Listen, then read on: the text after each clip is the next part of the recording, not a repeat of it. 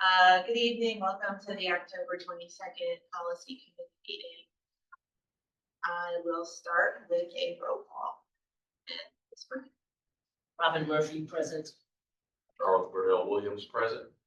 Zachary Epps, present. Pam Henry, present. Mia Blitzstein, present. And Jennifer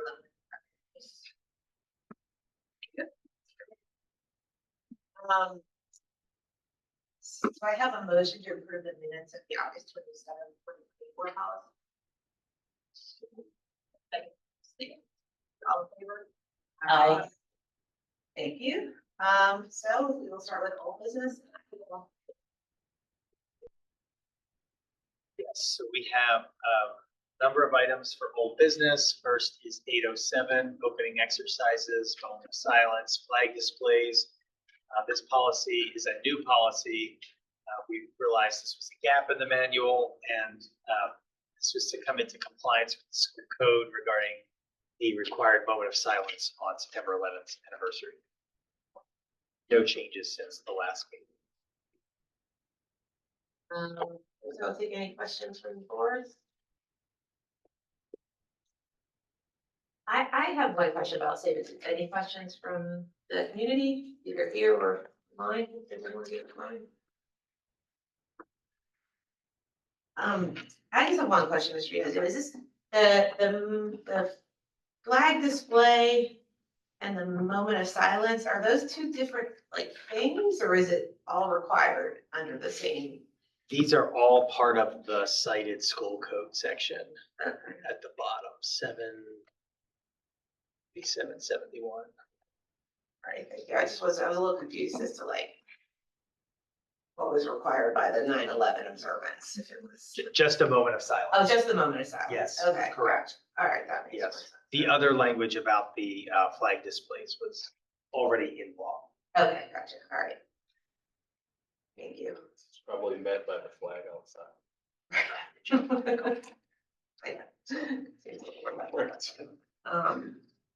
All right, thank you. Any other questions? All right, we'll move that one on for a second. Next one is 803, school calendar, and the big change here was just to build in language that permits minimum required days of 180 or the required instructional hours, which was a change in the law this year. Any questions from the board?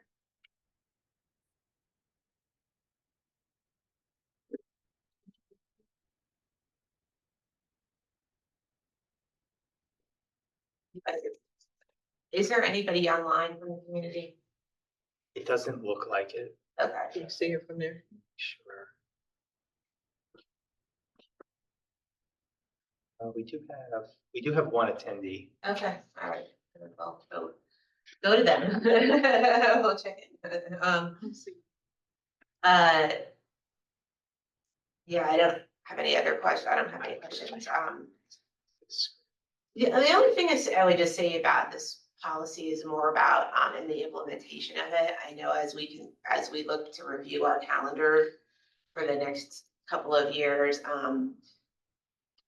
just so I think we will need to do a little bit of community education around the fact that we've changed from 180 days to 180 days for those required hours. Because I think there may be some confusion about that still, understandably. We can do that as we go through the calendar process. Okay, yeah, that would be great. Okay, that sounds good. One with that one. 801 is the public access to district records policy.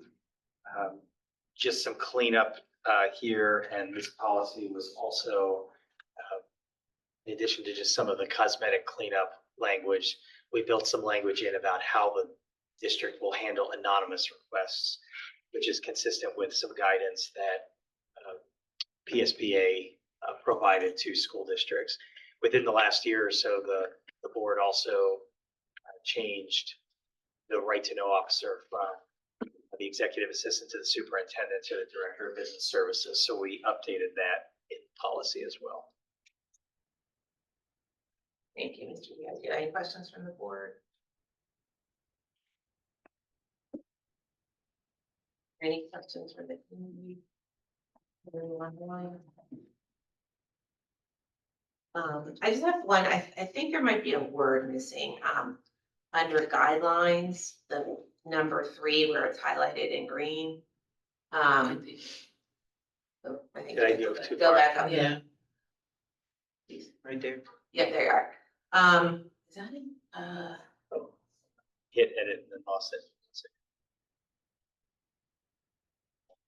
Yeah, it's like a few paragraphs under guidelines.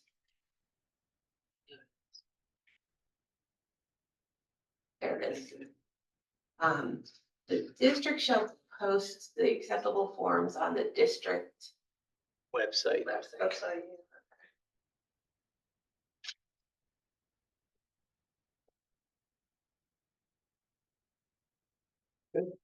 Thank you.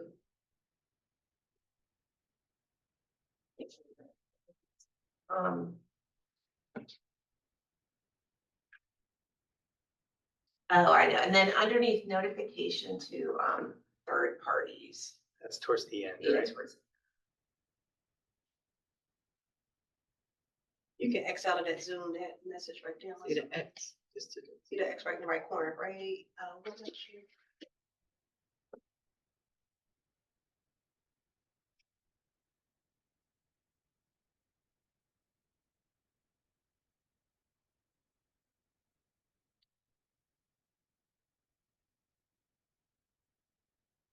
Go too far, I'm at appeals. It's just before denial of request. Okay, that should be right here. Oh, yeah, there, yeah. In that second highlighted green paragraph. Yep. When the district produces a record of a public record in response to a request, the open records officer shall notify any third party that provided the record to the district. I'm just confused really about what that means. Can you give me an example of like how that would play out? When the district produces a record that is not a public record in response to a request, the open records officer shall notify any third party that provided the record to the district.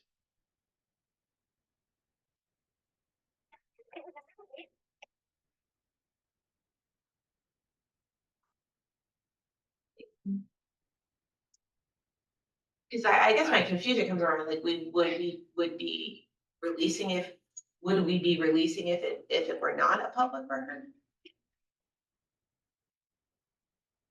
No. I think part of this sentence might be missing. Let me make a note of this and I'll check offline. Okay, thank you. I think you can still move it forward if you'd like, and I'll report out for the board meeting. Sounds good. Yeah, thank you. Any other questions?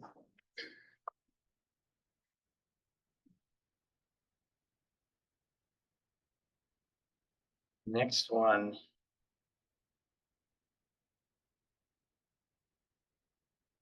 is for school day. If I recall correctly, make changes to this one. We just reviewed it because we were also looking at the school calendar policy. Check.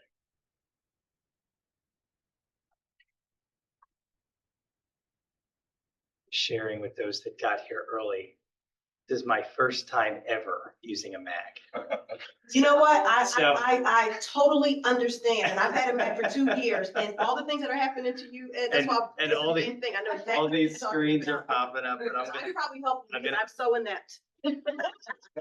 so I'm gonna Exactly. You got it. You're there. I'm You're gonna there. get there. So here's, Me too. There you go.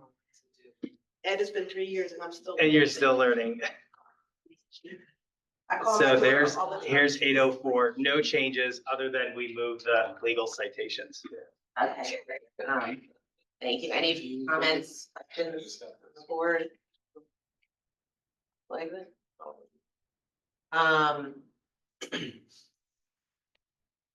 Yeah, that, I don't have any, comments, okay, we'll move that one to second. Sure.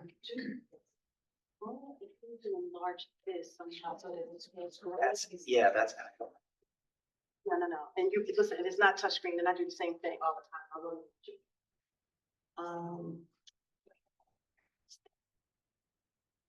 To enlarged.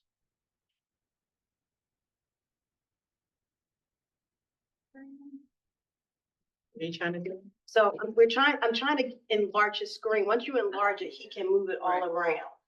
And I'm not sure how to do that because we're sharing. Oh, you might have to stop sharing first and then. You know what I mean? Where when it, so it has to get enlarged and then we'll have. It needs the green button. Exactly, I know. exactly. Yeah, I now, stopped sharing. So move it all way, move it all. There you go. You need that now right there, green yeah. button, and then you can share again. And then you can share and you'll be able to move all up and down. So how do I? So let's go back to Zoom. It's very It's at the bottom. Oh, okay. How do I minimize this? Swipe over.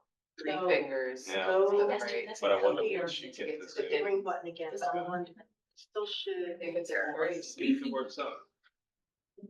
Share. Uh-huh. Yeah. Now, you still should be able to go see these buttons, like go over here. Now you can make it green. You can click the Yeah, green click button out to there. maximize. There you go. Okay, And then you should be able to scroll all up and down. There you got go. it. See, Okay. I know something. All right, there we go. I know. I got ended up so inept, so I, you know. It almost looks like that's the room, right? Yes, Somebody has their hand up. but that, Oh, that's the that's room. us. Right. I don't see anybody with, No, I think it does an automatic thing where if it senses somebody. Literally, it puts it Oh, yeah. I didn't know. Panel is. Thumbs up. in. I do it all the time accidentally. it's fine. We'll know it's just in this room.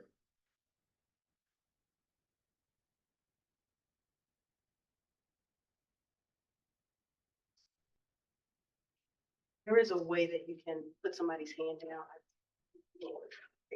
There. It's Yeah, down. It's down. Probably. You know, somebody does that. All right, so we'll move on to, are we ready to move on to Yes. 103?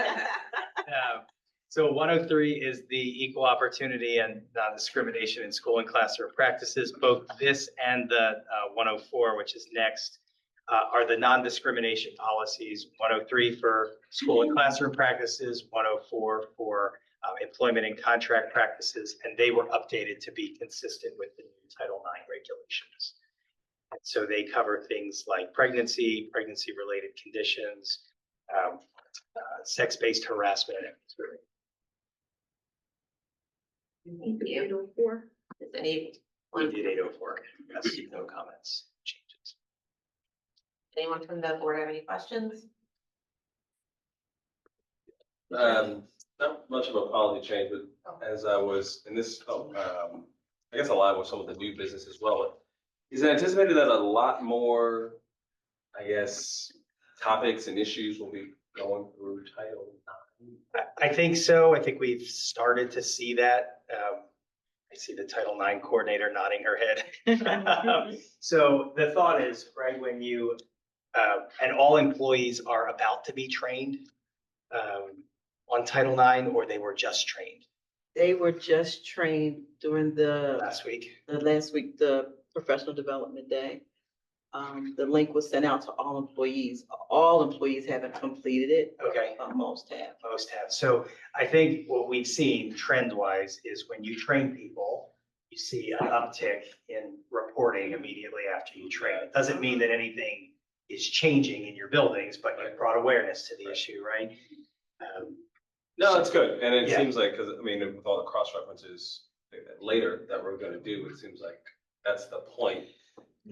The people who are trained, let's funnel these cases to them more so than instead of showing all school response. Let's actually get it. Because I mean, when you think about bullying and I mean, this is jumping ahead. When you think about, I was like, what will not fit under Title IX? Yeah, The way we're right. looking at it. Right. No, I appreciate it. The Title IX coordinator is wondering. the same thing. Oh.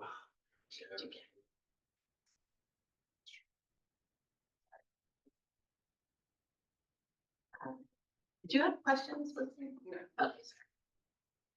Any questions or comments? Community?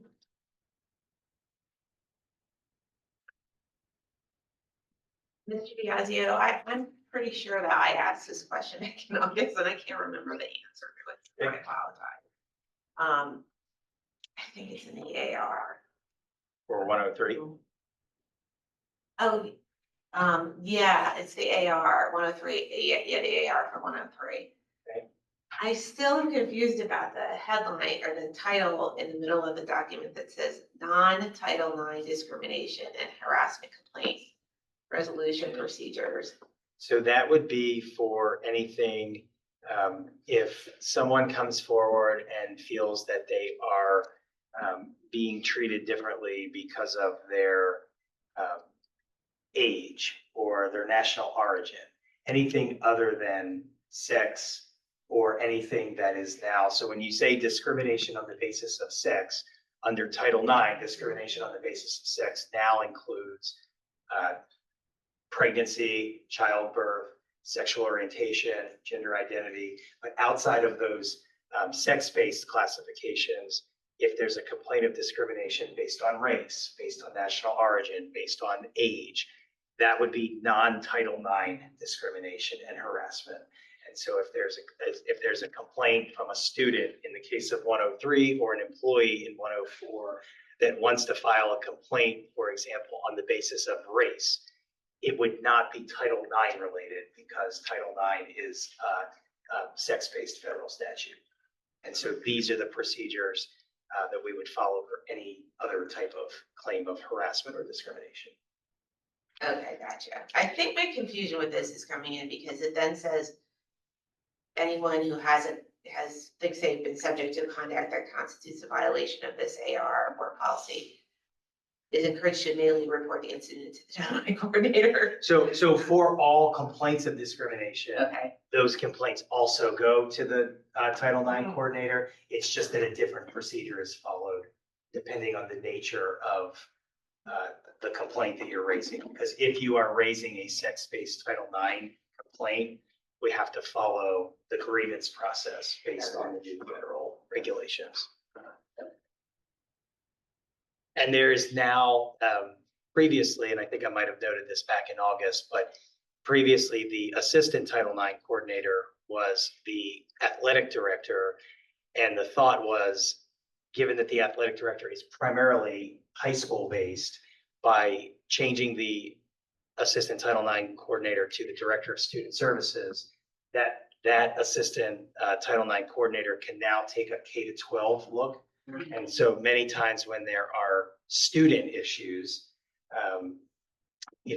it's more appropriate for the director of student services to take a more active role in the investigation. And if it's an employee-based complaint, the director of human resources. So you have two high-level administrators, one that focuses on students, one that generally focuses on employees, to handle different types of complaints depending on the way in which they come to us. okay, that makes sense. All right. Thank you for that explanation. I apologize. I just. No, good questions. Any other questions from the board? Or we can move that one to second reading. And then policy 348 is the last one under the old business, and that's just a repeal, given that all of this conduct that was contained in 348 is now covered in 103.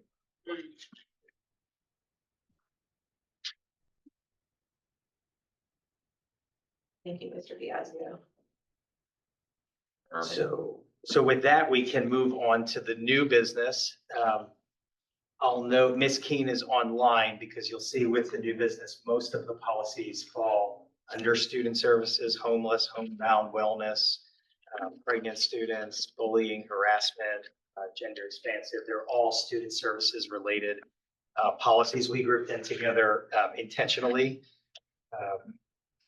There are a few on here, and I'll note them as we go through, that are sort of the routine review policies. Others were selected because they are ancillary Title IX policies. And then there were a few that are just based on some recommendations from PSBA due to changes in the law. So if we start with the 259, Students Experiencing Homelessness, you'll see that policy has been changed, the title to Students Experiencing Homelessness, Foster Care, and Other Educational Instability.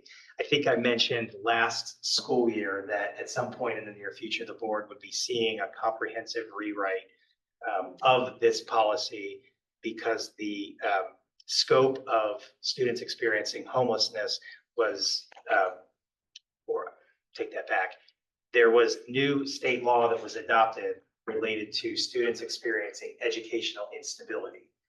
The rights that students with educational instability are entitled to are very similar to the entitlements of students that are experiencing homelessness.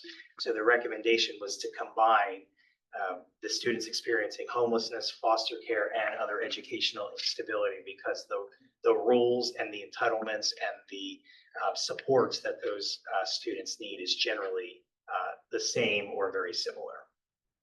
So you're seeing a comprehensive rewrite.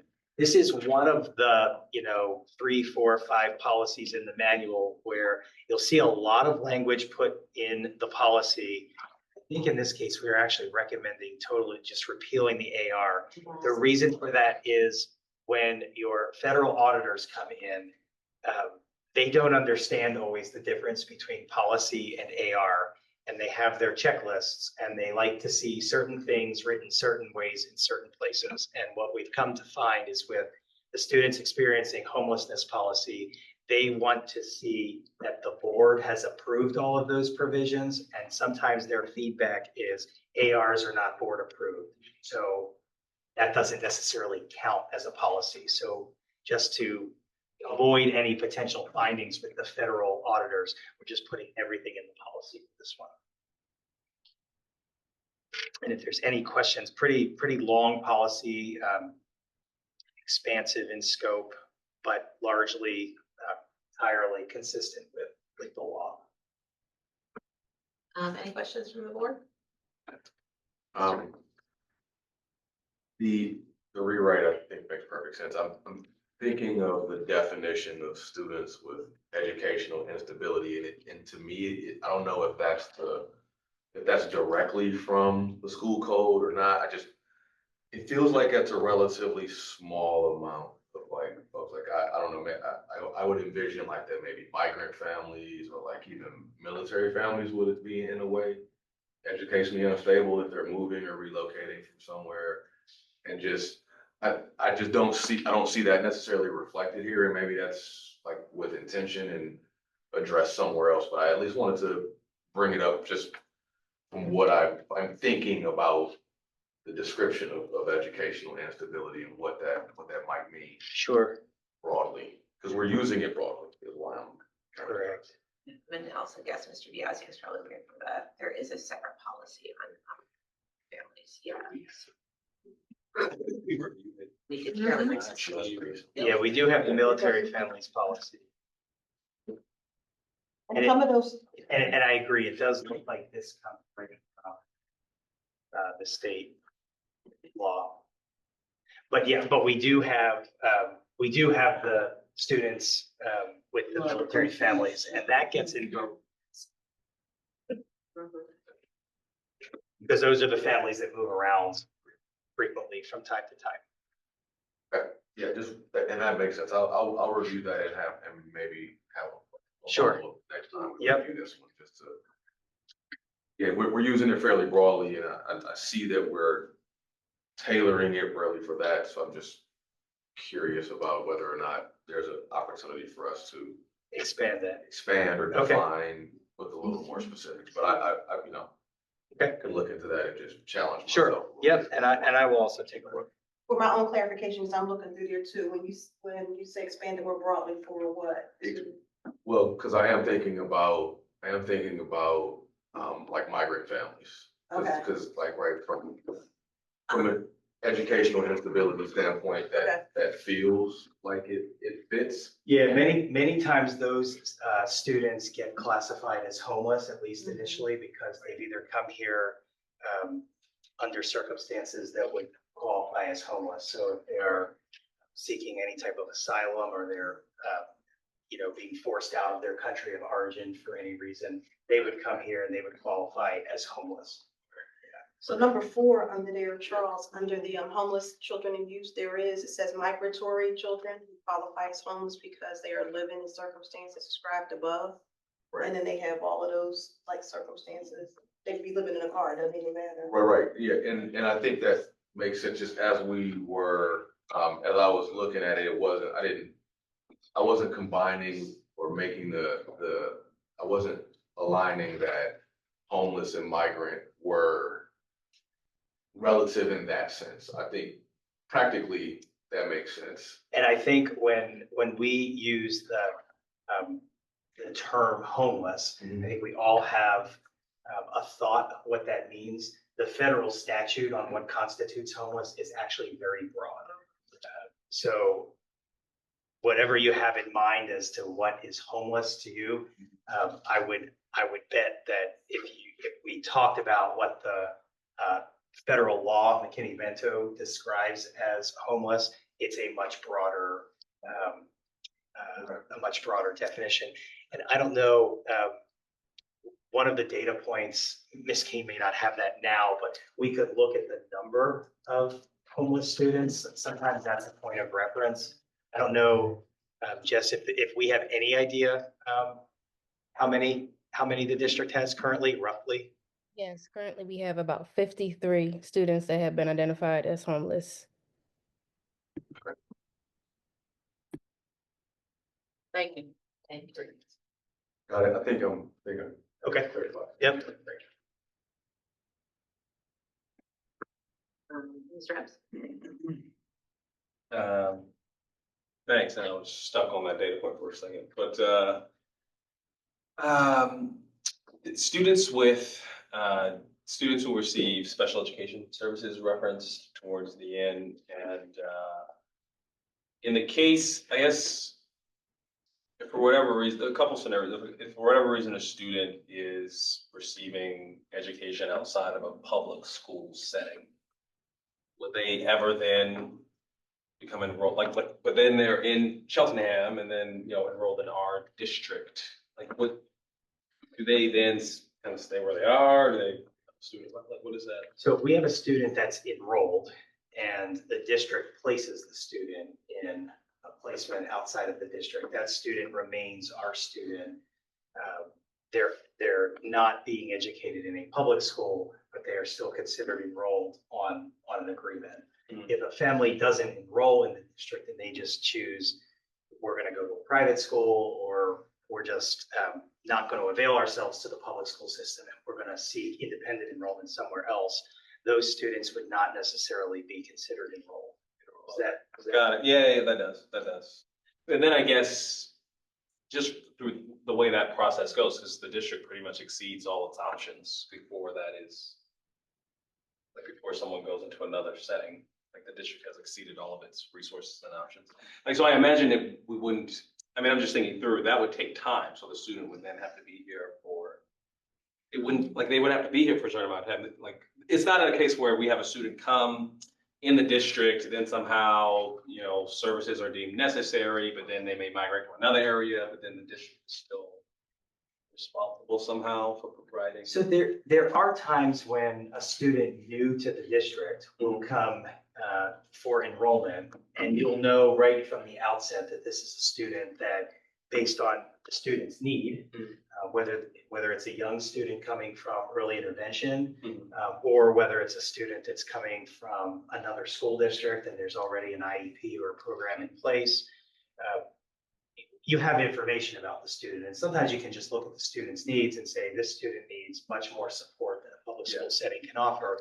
And that student would not necessarily be in the public school system for a period of time. They might go right to a placement. Other times, you might have to go through an evaluation process to determine what the student's needs are. conduct an IEP meeting, work with the IEP team to figure out what the right placement is. In those cases, it takes some time, but sometimes the need is self-evident from the information that you get at the point. That makes sense. And it seems like there's never a case where like the district is then, and I'm just thinking about this in these like terms, not in the, talking about people, but theoretically.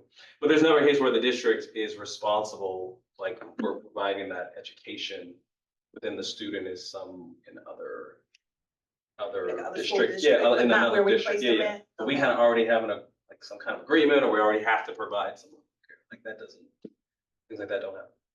Are you, trying to make sure I understand. So Jenny, did you? Yeah, get I'm that? trying to, yeah, and I'm trying to think, are you thinking maybe a little bit, Zach, and tell me if I'm wrong, Mr. Jones, that this situation does come up where a student moves into a district. Yeah. Right, either. Or homeless- experiencing instability. Stability, yeah, right, they're but if for experiencing some time instability of some it's kind. enrolled here. And they come potentially with an IEP that has been developed in another school district.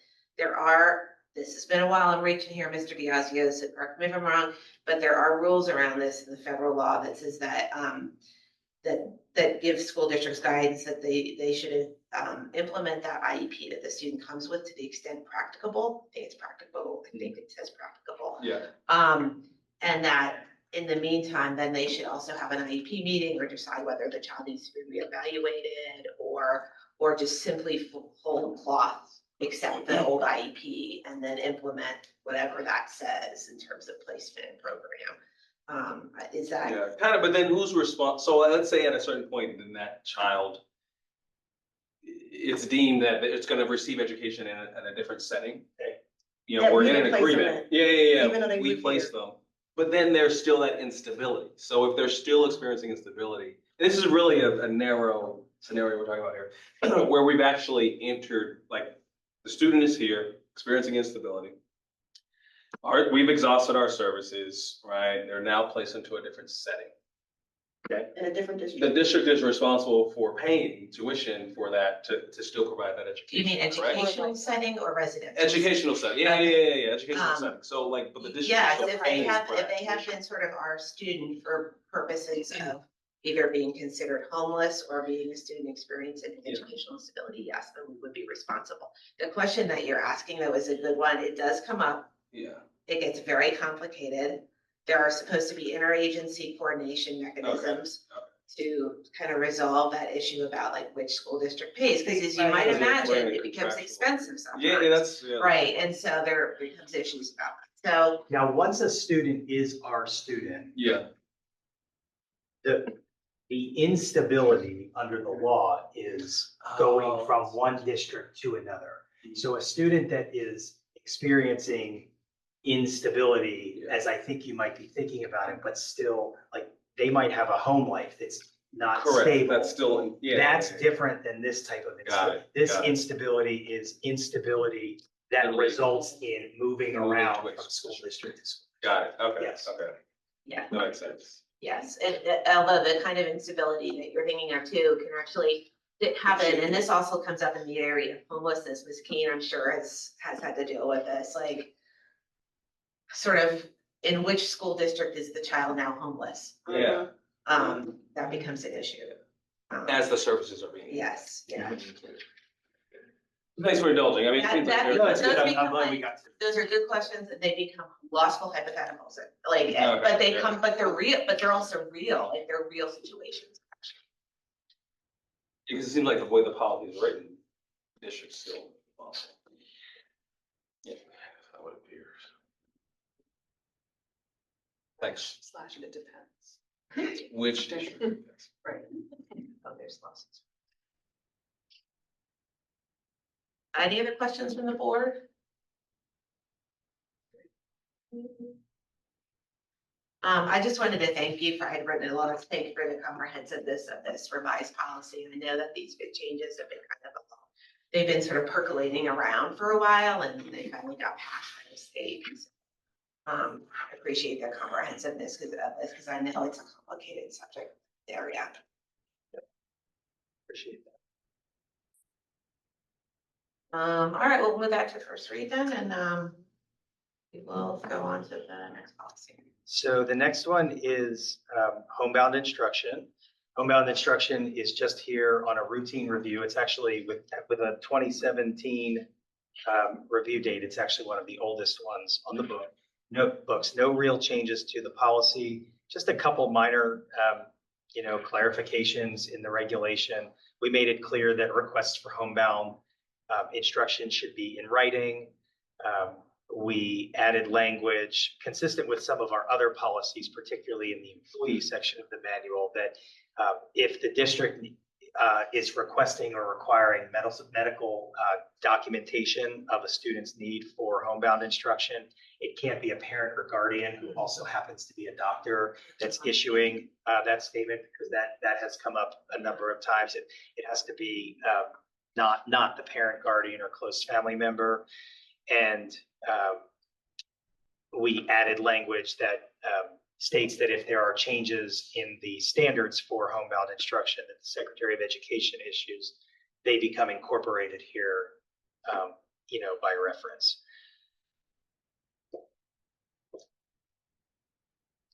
Homebound instruction, just as a general matter, just for the public's understanding and any board members who aren't familiar with it, is instruction that the district provides a few hours per week to students, generally at their home, but sometimes in a hospital setting or in some other mutually agreeable setting, when the student has something against them from coming to school. So there are times, and usually these are very unfortunate cases, right? You might have a student that's undergoing cancer treatments and they're not physically able to come to school, or they have a mobility, they've had like a traumatic, crippling injury that prevents them from being able to get in and out of a building for a period of time. And there's instruction that's provided at no cost to the family to make sure that the student doesn't fall behind. It's meant to be temporary, a couple months in duration or less. This is not a permanent placement. Any questions for board members?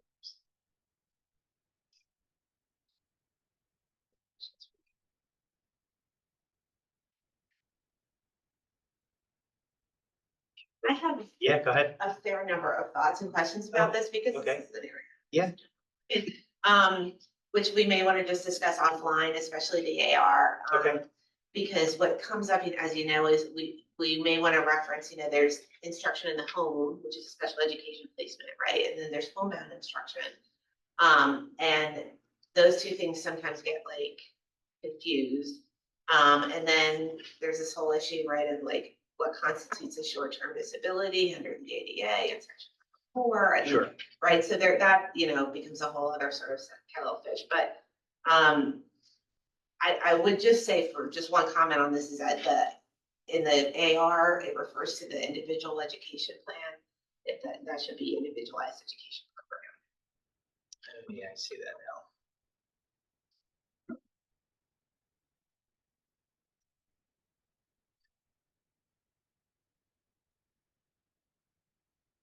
And I also wonder at some point or another if I don't know if the state will ever say anything about this, but it almost feels like homebound instruction is becoming like anachronistic, given our use of technology to provide education to students. Like the 5 hours per week, kind of with somebody coming to your house, almost feels like that's gonna not be a thing, maybe much longer, given the fact that everybody's used to going to school over Zoom now, like or asynchronous, asynchronous education or whatever it might be. So,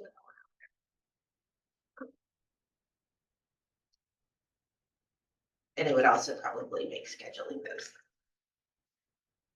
So just one thought about that also, paragraph 2/3 of the way down where it says the district reserves the right to withhold in the AR, or discontinue homebound instruction when the instructor's presence in the place with students' confinement presents a hazard to the health or safety of the teacher.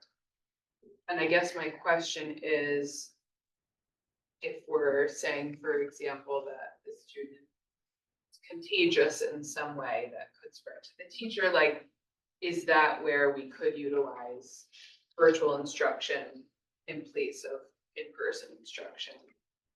Yeah, and I think, and I don't know if Ms. Keene has any examples of where a student has had a contagious disease and has requested homebound, but homebound doesn't begin until after the inability to come to school, which is 20 days. So for somebody that's going to be out for 3, or you have to be out for at least, under Cheltenham's policy, it's 20 days. Yeah. So usually a contagious, I'm not saying it couldn't happen, but somebody that's got COVID or that's got the flu usually doesn't reach that 20-day threshold. Yeah, so I guess my one other thought / question, I guess, that I don't see addressed in here is, for example, if a student is immunocompromised in a situation such as undergoing chemo, that they would also benefit from a virtual instruction, just to decrease exposure to germs. I'll let Ms. Keene answer that. I actually think we have some virtual homebound teachers, right, Jess? Absolutely. So what I'll say to that is typically it's based on the parent's preference. So we have had situations where the parent has preferred that the instruction be done virtually and will allow for that. We have had students that are receiving cancer treatment and they have received their instruction virtually. So this isn't something that we mandate. We kind of base it off of what is more convenient for the family. That's great. Is that something that we want to include in the AR, that it can be offered? Sure. Depending on the preference of the family? Right. And just for my own knowledge, just a question is, when it is a virtual instruction, does a parent still need to be in the home when that's happening? I think it would. We have progress reports that have to be signed every time the instruction is given by the parent. So even if they're not in earshot, they still need to be around so that they can sign that progress report to sign off on what is being done by the homebound instructor. And will it be in November or was it in October that the board's going to see a contract for proposed additional instructors for homebound? I think we just worked on one, right? Yes, it was through LearnWell, and they are 100% virtual. So I think that was already approved, Ed. In October. Okay. All right. Perfect.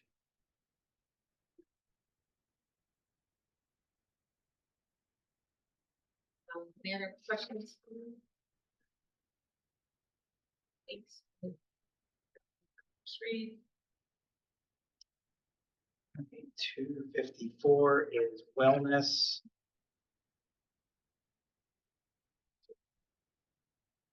This policy is required to just be looked at and reviewed every 3 years. And coming up on 3 years for this one. And in connection with this review, the Wellness Committee meets a couple times per year. And I think Ms. Keene will take any takers. We do need a board member to be designated to that committee. I think Mr. Fishbein was the board representative for a while. And so we will have a need for a board member to be a representative to that committee. So we don't have to decide that now. If anybody wants to volunteer, you certainly can.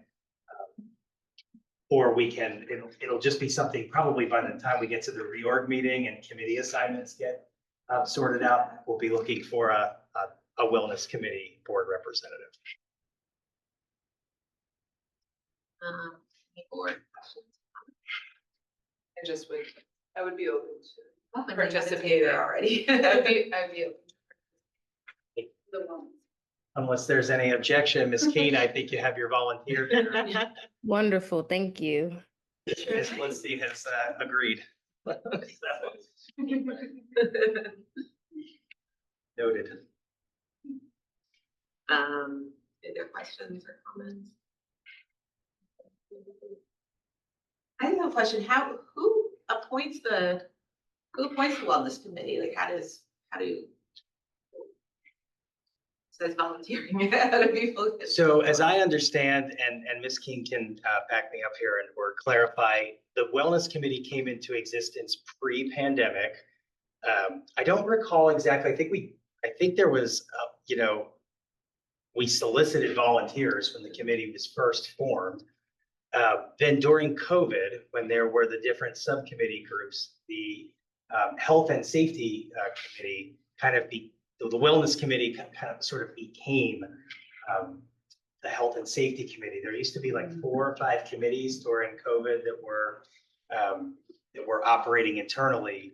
And so the Wellness Committee became one of those committees, and now post-COVID is just getting back up and running. And that's sort of consistent with what most school districts did during that period of time. I don't know, Ms. Keene, if there's known vacancies on that committee. We had known that the board member representative seat was vacant. Are there still some carryover members from the prior committee? I would say no. Our student graduated, so we have quite a few vacancies on the committee. Maybe something that would be the open call or Yep. something like Yep. that, yeah.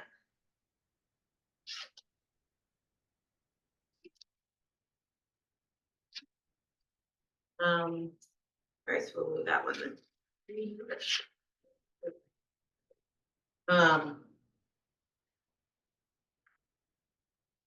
Yeah, 207 is confidential communications with students. So with this policy,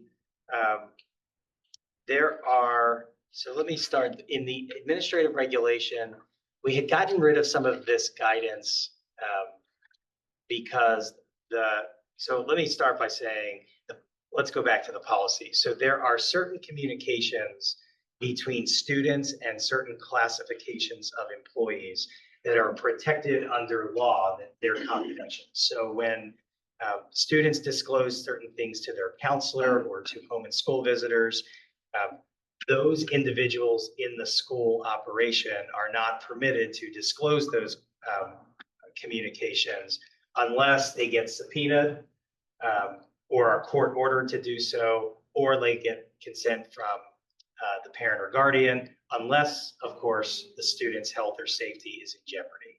And so we added a sentence, just a clarifying sentence, that nothing in this policy, relieves anyone from their obligation from mandatory child abuse reporting. So if a child discloses any type of abuse, obviously everyone in the school setting is a mandated reporter. But this policy helps when testimony from counselors or home and school visitors gets sought mainly in external litigation proceedings. So a common example we might see is there's a custody dispute between 2 parents, and one of the parents wants to pull a bunch of school officials in to tell the court what their child may have said. And in those cases, if certain communications were had between the student and the counselor, or the home and school visitor, or the psychologist, those communications are protected by law unless there's a court order requiring that they be disclosed. So the purpose of that policy is to give us something to point to when we get requests for these folks to talk. And we point to this policy that is supported by the school code that says those conversations are confidential. In this AR, we used to have just additional guidance about how to talk to students about difficult situations. And at the time, this will tell you how dated this policy is, those difficult conversations that we were having were around the internet and social media, which were not really relevant. It felt like really weird reading that. And all of the language about pregnancy and reproductive health, actually, when a student discloses that they're pregnant or that they're having child-related issues, that now actually squarely falls under Title IX. It has to be reported to the Title IX coordinator, and then the Title IX coordinator has obligations. And we just had one of those incidents in the last 2 weeks here, within the last couple days. So that language didn't fit here any longer. And we also now, since this policy was adopted, have a maintaining appropriate boundaries policy with students, which talks about how how to speak to and not speak to children. So a lot of the AR was kind of antiquated, incorporated by other policies, and now this policy is more squarely just around the privileged communications that sometimes take place between students and certain classifications of employees. You guys, you have any questions or comments from the board? Two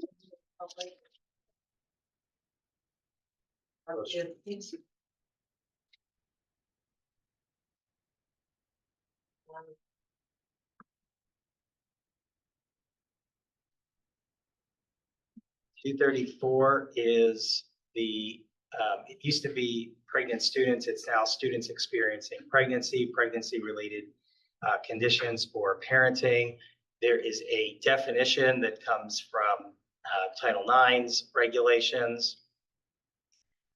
Most of the content is in the regulation. It talks about when students are pregnant, that the Title IX coordinator has to be contacted. That's a requirement of the Title IX regulations. Accommodations and modifications that the school will afford to students. So breaks between classes, certain leaves of absence. How we go about thinking about homebound instruction. Homebound instruction is not appropriate just because a student's pregnant, but there could be pregnancy-related conditions or reasons why homebound instruction should be considered. There's language in here about how absences are classified, and then a statement that the district will provide space for parents who may be breastfeeding or need lactation space. One of the things that was removed from this policy, and I feel like it might have been in a different policy this committee had discussion, we removed the language that the district reserves the right to require medical certification that a pregnant child is safe enough or in good enough health to participate in extracurricular and athletic opportunities. It was really pushing the rights of school districts to require that, particularly in light of the new requirements. So that language here that said something along the lines of the district reserves the right to require a note from a doctor if the district doesn't feel that the student is, able to participate. That's taken out of here in this.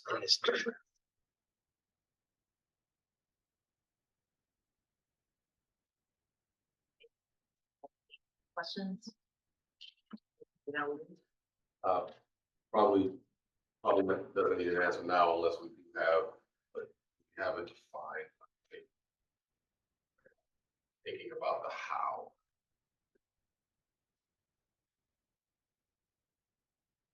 This is determining what's safe. This sounding like we do not have one specifically yet, just. It'll be something we have to think about by the adoption. Let's say you can't find one in some certain amount of time. Just imagine that could become a challenge.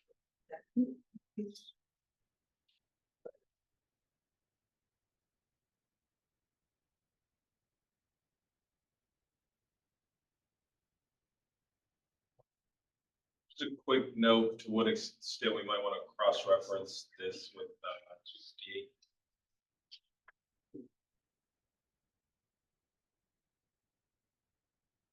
Which one's 258? Gender expansive. Okay, yep. We'll add that. Good catch.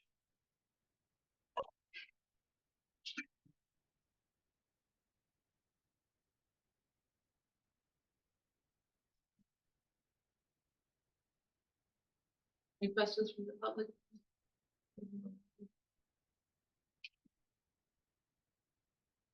You can go to 247.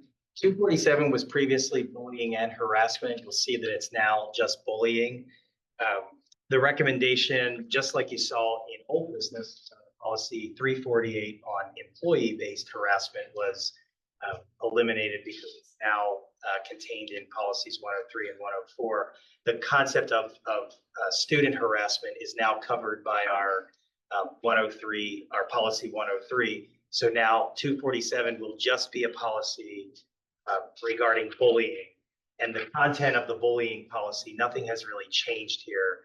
But because you're seeing what looks like a new policy, because under the old version, bullying and harassment were written together, and there was just too much red on the paper. So we just consolidated into a new policy. The reporting between the bullying policy and the hazing policy, which we'll look at next, is like a lot of the language is parallel. So whether a student's reporting bullying or hazing, sometimes students don't know what they're reporting. Are they reporting being bullied, or are they reporting being hazed? Sometimes it could be the same thing. From the student standpoint, it doesn't really matter because the reporting procedures are the same, and it's on the adult to figure out how do we investigate.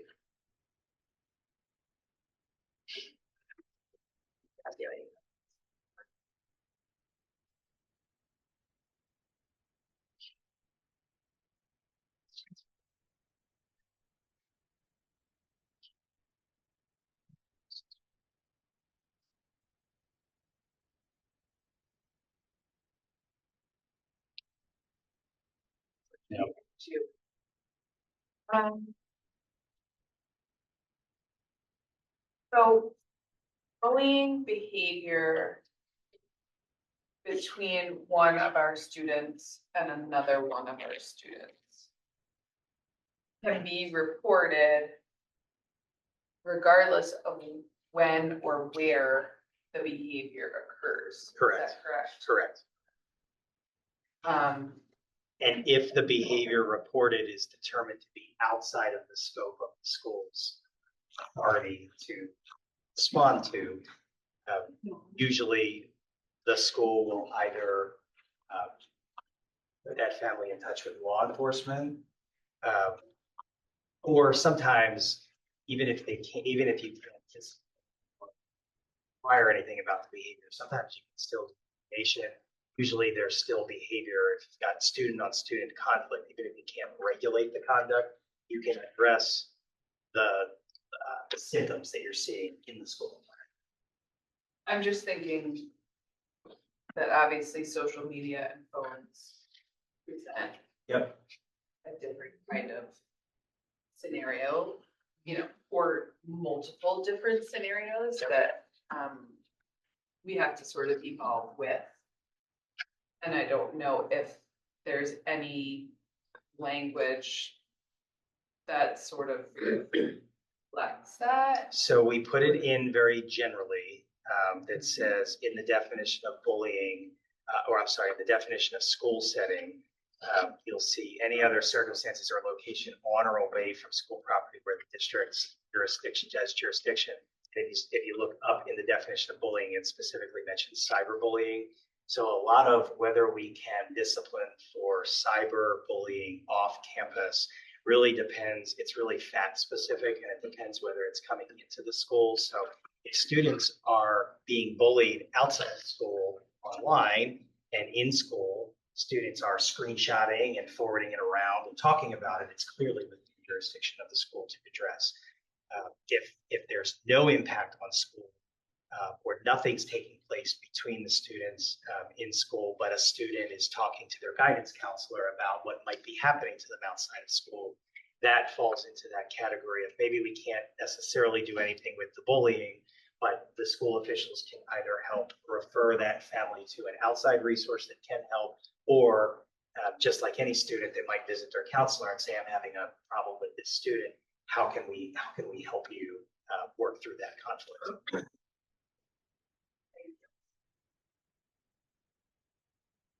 Mr. Epps? School vehicles, I assume legally that covers third party vendor. Correct. So that would mean school buses, contracted school buses, vans, any transportation that takes students to and from extracurricular, athletic, activities. That's why that doesn't say school buses. And it says school vehicles. And it's within their contracts. It says you have to adhere to certain policies, X, Y, Z. Certainly in the contract with Shelton Transportation, which handles most of the transportation, yes. Thanks. And our transportation policy also has references in it that when students are on any school transportation, all school rules remain in effect, the code of conduct is still in effect. So anything that happens between students, they're still subject to code of conduct. I know that the student handbooks are being reviewed and revised, and I'm guessing that any of these changes will be reflected. Yes, and I will confirm that with Mrs. Savage. There were changes that were made to the policies that were adopted by the board at the last meeting. Mrs. Savage, Mr. Jackson, and I had a conversation. Some of those changes have already made it in to the handbooks. The good thing is these documents are now being maintained electronically, so it's easier to update the content. Thank you, Mr. So we'll move that one to the first reading. The next one is the hazing policy. Not many changes here to the hazing policy. All of the definitions are taken from the law. In the regulation, we updated the language that needed to be updated regarding Title IX, sex-based harassment and discrimination. And we made sure that the contact information for the Title IX coordinators, we're now referring to, and you'll see it right at the top of the screen here.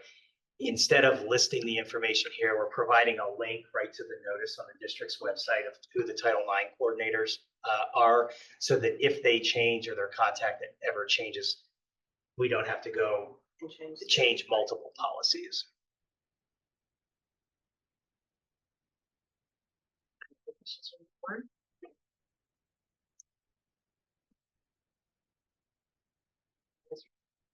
Okay. Recognize, you just said this all comes from the law, so right, legal minds do what they do. But the sentence that was added, that any hazing activity is a force activity, even if a student willingly participates. So, So that could be a case where adults would look at a situation and know that a student did something against their will, and the student might really have wanted to be initiated into that group, and they say, no, I did that. so if you know if they're like lying. Correct, yeah, or they feel pressure, they have to say that I did that voluntarily. You just want to make sure that any of those activities that, are brutality and depriving of food and, brutality of a sexual nature, we just presume that no one did those things voluntarily, right? Yeah. I'm one person, but I guess it would be helpful to flesh that out. Like if a student claims that they were willing to do it and things like that, just seems the way that it's written seems contradictory. Yes. Michael Brooks, Elton Park. The benefit in how it's written now is it forces coaches, teachers to proactively discourage any types of hazing, whether willing or non-willing. Coaches are taking a proactive approach within Cheltenham High School of a no tolerance side. So if you flush it out more, you kind of leave it. It's a zero tolerance for hazing, and whether willful or whether involuntary. So that's the benefit I've seen I would say in the last couple of years. And of course, in the media, you've seen cases across the country with high school. In some cases, it is willing, but the peer pressure concept, you're never a willing participant. Thank you, Mr. Brooks. Any other questions or comments from the board?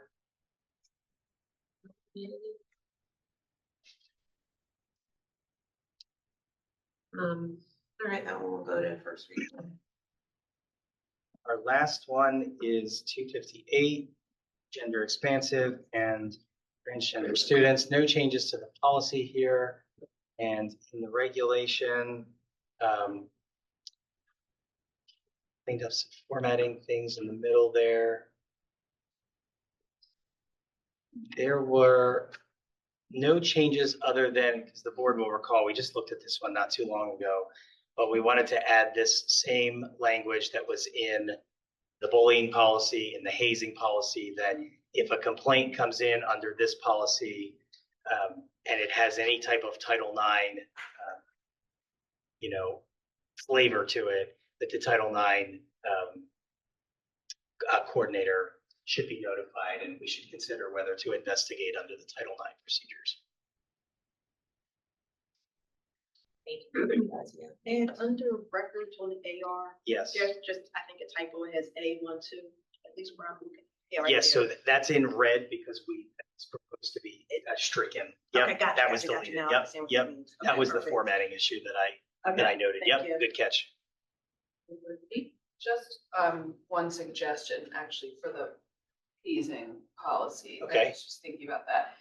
Maybe the language just on that sentence of even if a student willingly participates, just might be adjusted to say, even if a student has stated willingness to participate.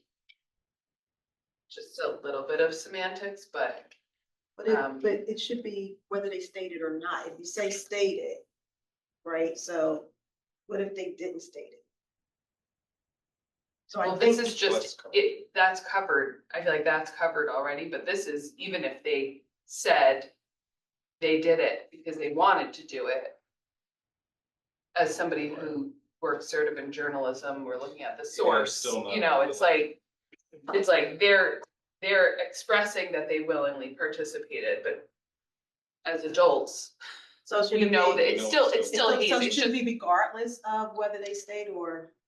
I mean, I just think it's more like, even if a student has said they participated willingly, it's just the not having the said part Yeah. is sorry. what's missing from that, which means that we're interpreting that they've willingly participated as opposed to the student having stated that they participated. Does that make sense? Even though as a matter of policy, it's not Right, willing to. correct. Right. Yeah, so it's really semantics. I It's think we all semantics, agree. right, it's just that said, Yeah. for me, that separates it from an outside body interpreting willingness versus the student stating. Regardless, it's the same outcome and it still falls into the same category of hazing. It's just in the written policy So we would say, even if a student, stated or states that they willingly participate or willingness. willing participation, yeah. So however, it's just that even if a student indicates willing participation, is that right? sure, Yeah, that works. yeah. I was getting hung up on the stated said because I don't like Right. to be just focused on whether they said it or stated it. But Nah, so, Right. agree too. Indicates works. yep, I think just taking out that we're picking up on it. right. Takes the, is that questionable? Now I get you. Sorry, we can go back No, to thanks, 'cause 258. I wasn't gonna go Yeah. back, so. That's what you were getting at. Yeah, but I was.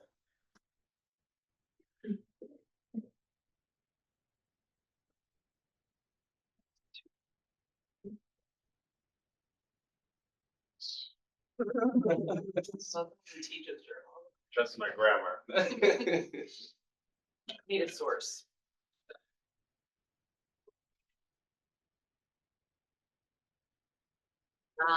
Any comments? Any changes? Well, this was a lot on this agenda, so a lot of really meaningful policies too. So thanks for sticking through it. We have a unrelated policy question. Sure. Okay. Michael Brooks, Elkins Park. I am the father of a 2023 graduate of Cheltenham High School and upcoming 2025 graduate, and I got another one in 2 more years. So I am vested in the, I don't know if I have it by accident, but I am vested into the concept of the success of Cheltenham School District, as a whole. The policy I wanted to kind of bring up, is, and I can admit disclaimer wise, is somewhat selfish, but I feel like this is the conversation place to have it at. Is in regards to policy number 200, which references the entrance of kindergarten students and the ages, in addition to the entrance of first grade. And when I look at the policy, it leaves no room for administrative interpretation or administrative testing. When you look at the policy for first graders, if the age is wanting to enter early, there is room for administratively under the gifted program for a child to be assessed and some level of administrative ability within the process. The date for entering first grade states that if they are 6 by the age of September 15th, they are then therefore able to enter. Recognition that kindergarten is not a mandated grade within the state of Pennsylvania, I definitely recognize that. But at the top of the policy for kindergarten, it states that our policy is in line basically with best practices and concepts. If you notice, the kindergarten date is September the 1st. There's a difference of 15 days. The concept of having a kid born a day late and not having the opportunity, if mentally and psychologically are at a level of entering, should be there is a thought. So there should be room for an administrative approach. In addition to that, when you look at the top of the policy theme is the promotion of equitableness. When you consider the concept that equity for middle-class individuals for entering kindergarten September the 1st, and therefore going to first grade September 15th, there is an inequity when you consider if a parent's financial monetary ability is low income, there is an additional year of financial responsibility they can get with pre-K and such forth. But for such individuals that are in the middle class section of Cheltenham, which I believe we have a nice number of individuals, it puts an additional burden of not having the same access financially to put their kids in private school for an additional year, and therefore technically getting past the concept of first grade and testing.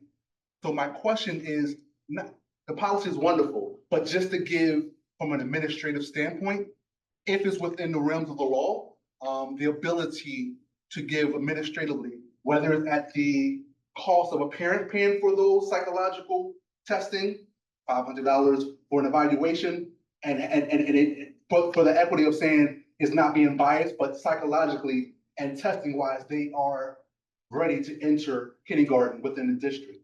But I just look at it just from an equity standpoint.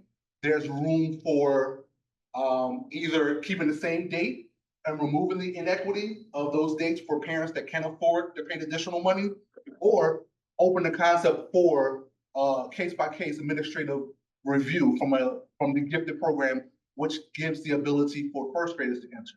I will say that I have a vested interest in this. I have a individual who's like a granddaughter to me. I don't have grandkids yet, but having been a person in the educational field and also in corporate America, and also invested in the concept of watching scholarly and kids grow up through the districts and graduating early and being able to have access to these tools. I feel, I can't come to meetings here and not know I have someone that I personally know can probably, run circles around from a mental perspective and from an educational perspective. Just something for consideration. The policy, I think, was last looked at, I believe, in 2020. But just a consideration of looking at the equity and the fact that the one voice that's never discussed within education is that middle class who are stuck not being able to afford pre-K or pre-K counts, and having to pay that cost out of pocket. Been discussed, but Okay. I had a student that was impacted by it. Yeah, so I just, you know, just seeing the difference between entering first grade and entering, you know, kindergarten, I wonder, is that 15-day loophole intentionally designed to benefit, but can we consider, you know, taking the strong language out of the last sentence that removes Cheltenham School District administratively from doing anything with it? So a couple things, Yeah. because you raised a lot of good points.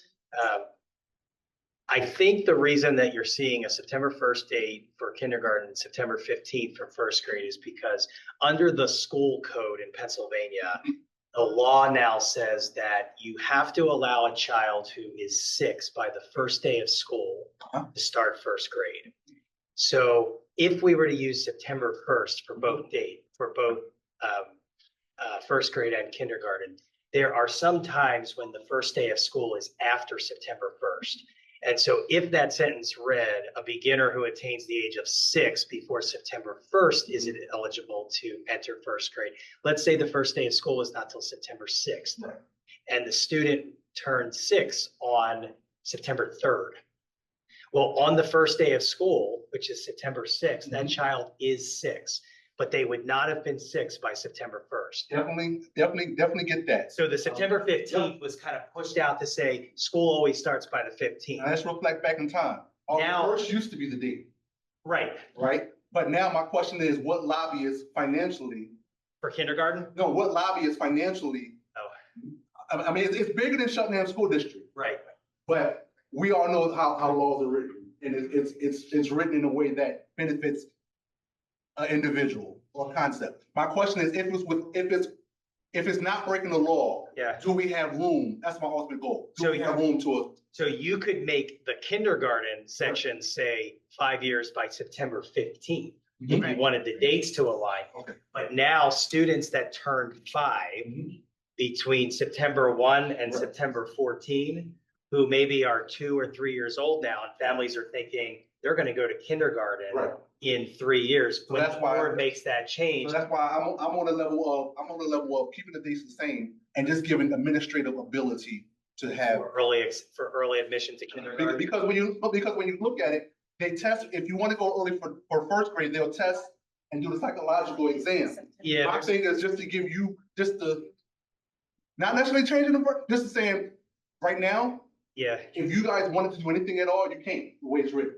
What I'm simply saying is from an administrative, give yourself the administrative ability and power, if it's not breaking the law. It's certainly, and Mrs. Savage and I could talk about whether, I think what you might hear, what I've heard in other contexts, because this recommendation comes up. There has been a lot of research that when you allow students to start kindergarten too early, their success in future years it's statistically significant for problems down the road. Now, to your point, I would beg that a 4 or 5 day difference, or you having the means to put your kid at Abington Friends for kindergarten. I see the nuances. and wherever you draw the line, Right. the family that's 3 days separated from that. So if now we say September 1st, August 15th, someone's always 4 days away. Right, but going back to my point, for first grade, we have an administrative test that goes on within our district. Right. And a psychological counseling collectively, which is written in the actual policy. That you know, you can literally, so a parent that wants to pay that can pay that. And then the council says, no, based on my assessment, they are not ready. Sure. You solve all issues. And I'm just putting that out there as an advocate for. Sure. Yeah. With No, with I- Dr. Scriven's permission, we'll bring it up with Mrs. Savage and we'll talk about it. It's a real squirrely situation because no matter where you draw the line, Right. there's a line Right. that impacts. And then you have the question about assessments being fair and what it's big. No, but I get you. I get where you, I Now, get. granted, if I was a multimillionaire, I wouldn't be in here having this conversation. Break the law.